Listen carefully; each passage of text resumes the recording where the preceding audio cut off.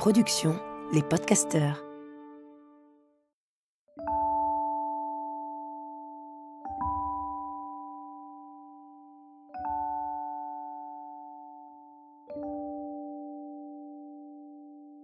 Bonjour, je suis Marie-Robert.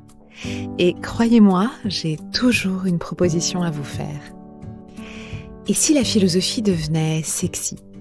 Et si elle cessait d'être abstraite, pour venir éclairer nos jours, comme nos nuits? Et si elle quittait l'espace confiné des bibliothèques, et qu'elle venait se faufiler dans notre quotidien? Fini les dissertations et les mauvais souvenirs de terminale. Ici, on change de ton. La philosophie n'est pas une méthode à suivre, elle est un pas de côté. Elle nous permet de prendre du recul sur les gens, les choses, et aussi sur tout ce qui nous submerge. Soudain, par la magie des mots et du raisonnement, on aborde les événements de la vie autrement. Et on parvient même à trouver du confort dans des zones d'inconfort. Bref, on apprend à se faire du bien. C'est pourquoi, durant ces quelques minutes en votre compagnie, je n'ai pas d'autre ambition que d'arrêter les compteurs et de partager une bulle de respiration. Laissons-nous inspirer et faisons ensemble un petit pas de côté. Nous voici de retour pour une 3e saison. Une saison de partage, d'échange, d'hypothèses. Il y a 15 jours, en évoquant la question du plaisir, j'ai terminé ce podcast en parlant du plaisir de l'autre, ou plutôt avec l'autre, celui que l'on partage, celui qui est beau parce qu'il est vécu en commun. Alors cette semaine, j'ai eu envie de poursuivre cet élan, de continuer à me plonger dans cette altérité qui n'est pas toujours une menace, qui n'est pas toujours un enfer, mais qui parfois, de belle foi, est ce qui nous rend plus forts, ce qui nous solidifie, ce qui nous ancre, nous aide. Alors en ce dimanche matin, j'ai donc eu envie de décortiquer avec vous l'un des phénomènes qui me touche le plus au monde, celui de l'intelligence collective. L'intelligence qui naît de nos rencontres avec les autres. Vous vous souvenez de ce moment où vous étiez enfant et où vous aviez vraiment envie de gagner à la balle aux prisonniers? Vous vous rappelez des stratégies que vous montiez avec votre équipe, ces fulgurances de génie, cette confiance en l'autre, vous à gauche, l'autre à droite, dans une parfaite chorégraphie. C'est la même capacité qui est mobilisée durant un match de foot, dans un orchestre, mais aussi au sein de n'importe quel groupe d'enfants ou d'adultes réunis autour d'un projet. Chacun s'active, il va de sa compétence, participe à l'avancement global. C'est une démonstration d'intelligence collective, vivante, créative, immédiate. Un spectacle rare. Pas un affrontement de cerveaux brillants, mais une mise en commun. Ce miracle du nous est visible chez les fourmis, chez les abeilles, mais surtout, l'histoire de notre humanité repose sur ce type de dispositif. Les techniques, la politique, la culture n'existent qu'à travers cette dynamique. Aujourd'hui, d'immenses défis s'offrent à nous. Aucun ne pourra aboutir sans cette puissance partagée. Mais alors, pour la retrouver, pour la mobiliser, pour susciter à nouveau notre envie de gagner ensemble, il faut justement comprendre cette intelligence collective. Qui est-elle? D'où vient-elle? Comment se met-elle en place? Techniquement, l'intelligence collective se manifeste par le fait qu'un groupe d'individus qui coopèrent peut résoudre des problèmes plus efficacement que lorsque ces agents travaillent isolément. En fait, le concept d'intelligence collective a été mobilisé pour aborder des collectifs très divers. Des insectes vivant en colonie, on en parlera, des équipes d'humains dans l'intimité, dans le travail, sur un terrain, en temps de guerre, ou même pour faire fonctionner une machine à café. Et même si le concept semble aussi ancien que l'histoire de l'humanité, avant de devenir explicite et usité, il a beaucoup évolué. L'un des premiers à souligner l'intelligence collective, sans la nommer, est Nicolas de Condorcet.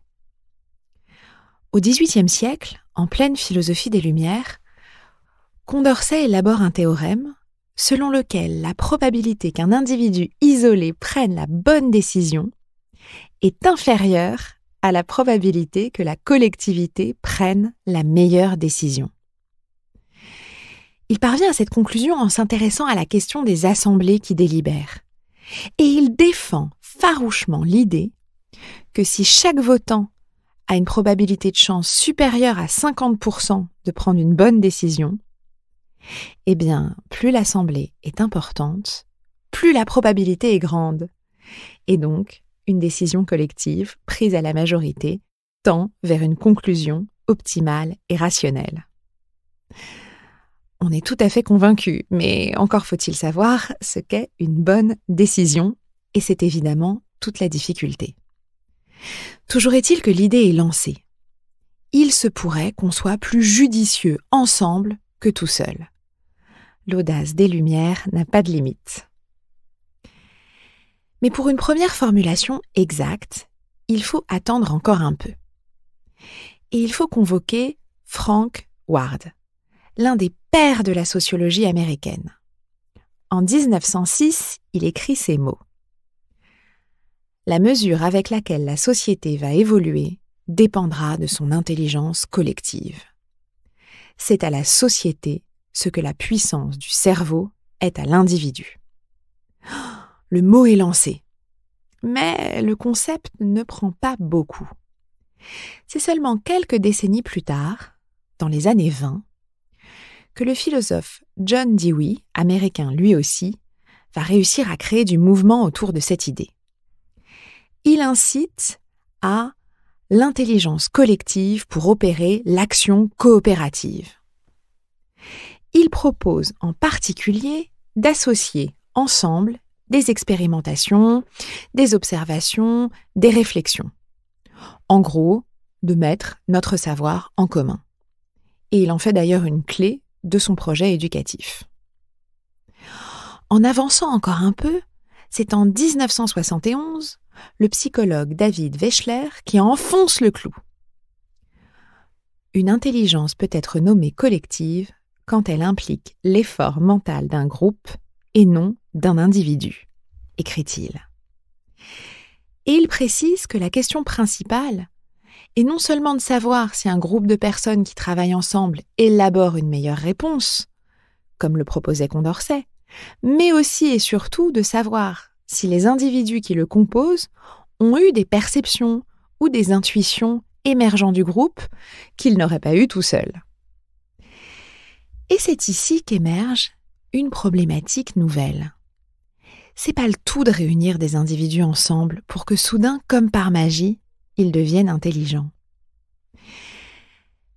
Wechsler insiste sur l'importance de la participation, de la communication, de la coopération, de la fertilisation croisée, de l'unité. Il souligne l'écueil de confondre l'intelligence collective avec la psychologie des masses, qui, elle, s'applique aux foules indifférenciées, souvent porteuses, avouons-le, de temps en temps, de stupidité collective, comme le souligne l'anthropologue Gustave Le Bon dans son ouvrage majeur « Psychologie des foules », publié en 1895. Il écrit ceci. « Ce n'est pas le besoin de la liberté, mais celui de la servitude qui domine toujours dans l'âme des foules. Elles ont en elles une telle soif d'obéir qu'elles se soumettent d'instinct à qui se déclare maître. » La citation est glaçante, et l'ouvrage a bien trop souvent été utilisé pour justifier les répressions abusives. Mais tout le problème est bien là. L'histoire nous l'a maintes fois prouvé. Réunir des individus dans un même lieu n'est pas une garantie d'intelligence. Au contraire, le phénomène de masse ou de groupe accentue parfois des comportements déviants, des comportements violents, des propos qu'on n'aurait pas osé seul. Le groupe apporte un anonymat propice à la baisse du contrôle, à une suspension temporaire des normes, opposée à la violence. Alors comment faire? Comment faire pour passer des dérives du groupe à sa lumière? Quittons un instant l'histoire pour essayer de saisir où se développe cette curieuse intelligence collective. Comment la transformer? Comment la faire naître? Et pour ce faire, peut-être faut-il un instant laisser les humains de côté et aller du côté des insectes et du monde animal. Car c'est surtout en les observant que l'intelligence collective va bénéficier d'un éclairage important, en particulier à partir des années 80, avec les entomologistes Edward Osborne Winson et Bert Holdobler. Ils mettent en évidence l'intelligence collective des fourmis, ou plutôt de la colonie de fourmis comprise comme un superorganisme. Un superorganisme est une colonie d'individus qui travaillent ensemble pour produire un phénomène. Ce phénomène est voulu par toute la colonie. Ça peut être par exemple collecter de la nourriture ou choisir un nouveau site de nidification. C'est un concept socio-biologique selon lequel une organisation, une communauté, transcende les organismes singuliers qui la composent. En somme, pour faire simple, c'est parce qu'on veut quelque chose en commun qu'on arrive à faire un, comme si on avançait ensemble. C'est la même histoire du côté de Thomas Seeley, qui écrit, lui, sur l'intelligence collective non plus des fourmis mais des abeilles. Et il dévoile avec émotion leur remarquable mécanisme de prise de décision démocratique, dont s'inspirera d'ailleurs à la fin des années 80 l'intelligence artificielle. Il compare le fonctionnement de la colonie d'abeilles à celui du cerveau humain. Une colonie d'abeilles, dit-il, est bien plus que l'agrégation d'individus. C'est un être composite qui fonctionne comme un tout intégré. Nous voilà déjà un peu plus avancés. En fait, le groupe parvient à s'unir quand un objectif commun est clairement identifié. Mais même si le procédé semble un peu plus clair, l'ambition, elle, n'est pas vraiment simple. Reprenons l'exemple du début. Sur un terrain de football ou dans d'autres sports collectifs, la compréhension immédiate circule d'un joueur à l'autre. Il faut marquer ou défendre. Alors l'intelligence collective se déploie avec une certaine fluidité. Certes, elle suppose un entraînement, une connaissance du jeu, une familiarisation avec ses partenaires. Mais une fois sur le terrain, avec la ferveur des tribunes, elle devient en acte. Elle n'est stockée nulle part en dehors de la mémoire et du corps. L'intelligence collective se met en mouvement, avec ses faiblesses parfois, mais aussi avec ses fulgurances. D'un coup, 11 joueurs parviennent à une chorégraphie de l'instant, à un jaillissement d'intelligence collective, vivante, créative, immédiate. Un spectacle rare. Mais alors, si les fourmis, les abeilles et les joueurs de foot y parviennent, qu'en est-il de nous? Dans notre travail, dans nos familles, dans nos salles de classe. Pourquoi l'esprit concurrentiel nous semble plus évident que le lien? Il existe plusieurs pistes de réponses possibles. La première est que nous avons en fait en nous des stocks d'intelligence collective et on ne s'en rend pas toujours compte. Comme des véritables banques de données qui gravitent dans notre cerveau, qui nous structurent, qui influencent nos comportements, qui conditionnent nos perceptions. On ne s'en rend pas compte, mais nous y avons accès par l'apprentissage, par une imprégnation quotidienne, par contagion intime. Car qu'il s'agisse de tenir une cuillère ou d'élaborer une phrase de 3 mots, notre intelligence a beau nous paraître individuelle, elle s'inscrit en réalité dans un tissu d'informations, d'expériences collectives qui forment ce qu'on appelle la culture. Car la culture, au sens très large du terme, comprise comme l'ensemble de notre culture, de notre langage, de nos techniques, est une magnifique démonstration de notre intelligence collective. Nous y sommes tellement habitués, depuis la naissance, que nous ne remarquons pas toujours les mécanismes subtils que nous mettons en place pour nous parler, pour nous comprendre, pour travailler, pour nous orienter ensemble dans un même espace. Nous faisons déjà preuve d'intelligence collective. Elle est bien là. Implicite, certes, mais vivace. L'autre point pour expliquer que l'intelligence collective soit si difficile à rendre visible est l'environnement dans lequel nous évoluons. Comme je le disais en citant l'exemple du sport collectif, sur un terrain, une équipe saine est liée par un projet commun. Idem sur un projet qu'il soit professionnel, familial ou un projet de société. Sauf que, avouons-le, pour construire une équipe saine, encore faut-il le vouloir, encore faut-il la créer. Nous avons tous en tête des équipes qui ont échoué par rivalité. La plupart de ces échecs sont causés justement par trop de stars, par trop de capitaines à bord. Or, une équipe est au contraire capable de 3 choses créatives si elle va bien. Capable de tolérance, d'agilité et de résolution. Parlons d'abord de la tolérance. Pour faire jaillir l'intelligence collective, il faut un environnement avec des idées qui circulent. Des idées qui circulent et qui sont créées à travers des discours, à travers des débats. Il faut bien plus qu'un brainstorming où les gens ont tendance à être un peu réservés, un peu à l'écart. Il faut au contraire des arguments chauffés, des opinions constructives, avoir la chance et la sécurité de les exprimer. Avoir des idées différentes et pour cela, des profils différents. Vient ensuite l'agilité. C'est l'ethnographe Linda Hill qui l'explique le mieux.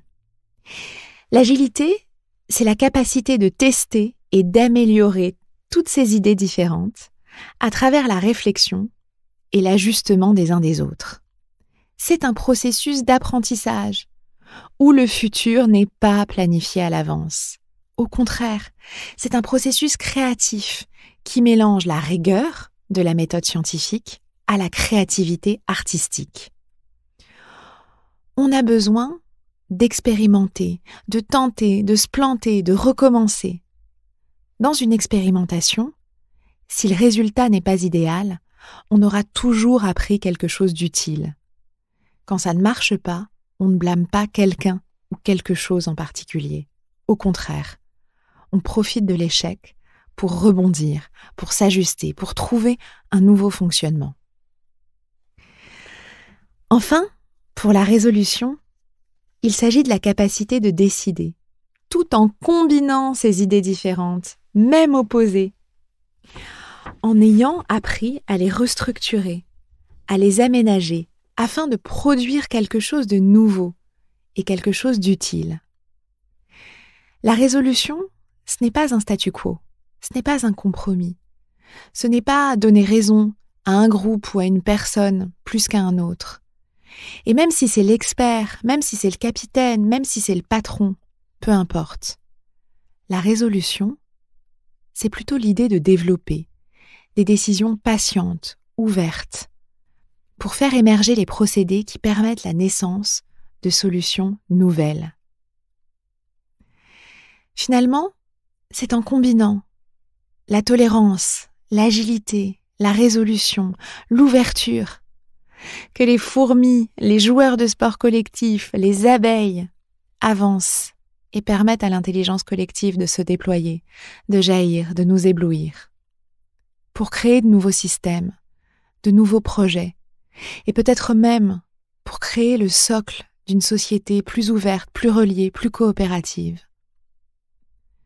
Ce n'est pas une utopie, c'est une décision à prendre à l'échelle de nos familles, de nos entreprises, de nos communautés. Il y a quelques mois, J'ai regardé une vidéo des dizaines de fois, comme hypnotisée par son contenu. Elle montrait 3 participants qui devaient franchir un mur d'obstacles. La hauteur ne permettait pas d'y parvenir seuls. Ils ont donc monté une stratégie inédite afin de s'aider mutuellement. Hisser le premier dossard, puis faire grimper la seconde participante, qui elle-même s'accrochera à la surface afin d'offrir ses mollets comme prise au dernier. Une habile combinaison, n'ayant pas d'autre but que d'avancer, poursuivre le parcours, avec, au cœur, la précise idée de la coopération. Quelque chose de fascinant se joue dans ce genre de scène, bien plus émouvante qu'une simple compétition. C'est peut-être l'idée que nous ne comprenons pas toujours, que nous sommes parfois rivaux, mais que nous voulons que quelque chose se fasse ensemble. Ce n'est pas une illusoire sympathie universelle, ce n'est pas une empathie forcée. Il s'agit juste d'une altérité reconnue, assumée, qui porte en elle la conviction que la route ne peut se dégager qu'en coopérant. Nous ne sommes pas une équipe parce que nous sommes d'accord.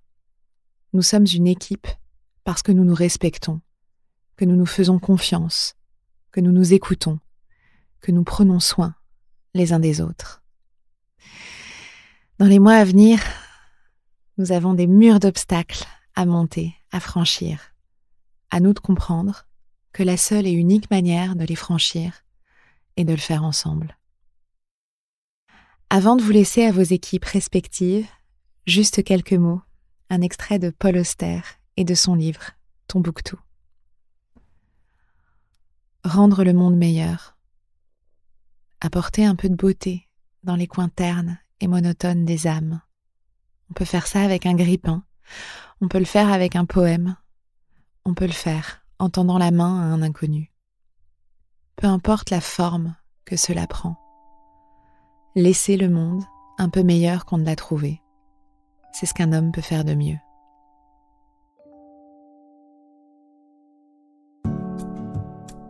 Je vous souhaite une magnifique journée d'amour, de coopération, de tolérance, de résolution, d'agilité, d'intelligence collective. Merci pour votre écoute. N'oubliez pas qu'ici, il n'est pas question de leçons, mais juste d'une proposition, d'une hypothèse qu'il vous appartient de confirmer ou non. On se retrouve dans 15 jours. En attendant, n'oubliez pas de lire, d'oser et de vous rappeler qu'il n'y a rien de plus sexy que la philosophie.